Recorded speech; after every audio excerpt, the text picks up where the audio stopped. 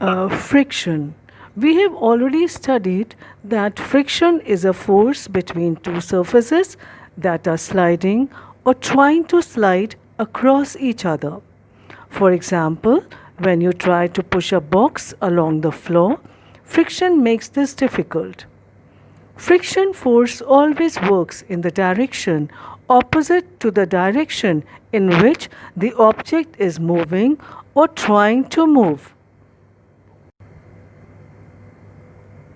Friction is of three types: static friction, sliding friction, and rolling friction. Today we are going to study about the advantages and disadvantages of friction. First, the advantages of friction. Friction is of a great advantage to us. It helps us to walk easily on the ground. It helps us to write on paper with a pen or a pencil. Objects can be piled up without slipping. For example, you can pile up books on top of each other. The brakes of vehicles work due to friction.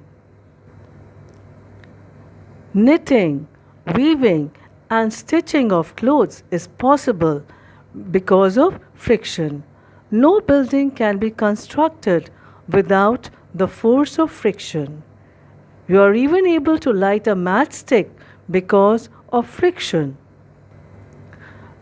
Now let us study some disadvantages of friction. The force of friction opposes motion of a body over another. It produces heat in the moving parts of a machines or engines. Friction produces noise in machines or engines. Friction makes engines consume a lot of fuel, that may be petrol or diesel. In other words, we can say that it reduces the efficiency of engines. It causes wear and tear in moving parts of a machine or engine. It causes wear and tear in shoes, slippers, or tires. The tire is worn out after use. The shoes and slippers, the soles of the shoes and slippers, they wear out after continuous use. Now there are some ways by which we can reduce friction. We can reduce friction between surfaces by making the surfaces smooth and polished. We can reduce friction by applying powder to reduce friction between the coins in a carom board.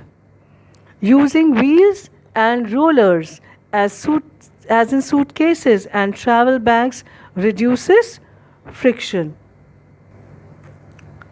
Friction can also be reduced by using ball bearings or roller bearings between the moving parts of a machine.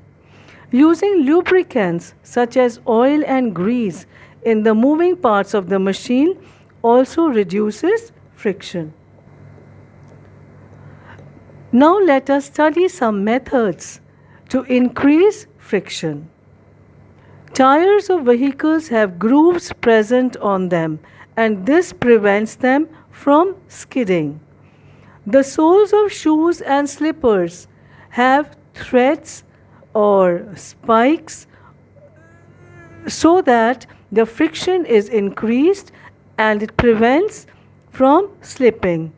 The gloves have a rough surface so that the grip from the gloves is good. It increases the friction between the hand and the surface in contact. We use Scotch-Brite etc. to clean utensils. The surface is made rough to increase friction, which makes the cleaning of the utensils easy. Grinding stones of flour mills have rough surfaces to increase friction. Steps of staircases and ramps are made rough so that one doesn't slip while coming down the staircase or a ramp. The sloping concrete roads of hills have projections and slots to increase friction. Friction is said to be a necessary evil. Frictional force causes a lot of losses in the general upkeep and wear and tear of machineries. But almost all important work cannot be carried out without the presence of friction. Basic activities like walking and writing on a surface are possible only due to friction. Hence, it is considered that friction is a necessary evil. Friction is said to be a necessary evil because it is useful as well as harmful. Friction helps us to walk, write, hold things, and to lift objects. Without friction, many essential processes cannot be done.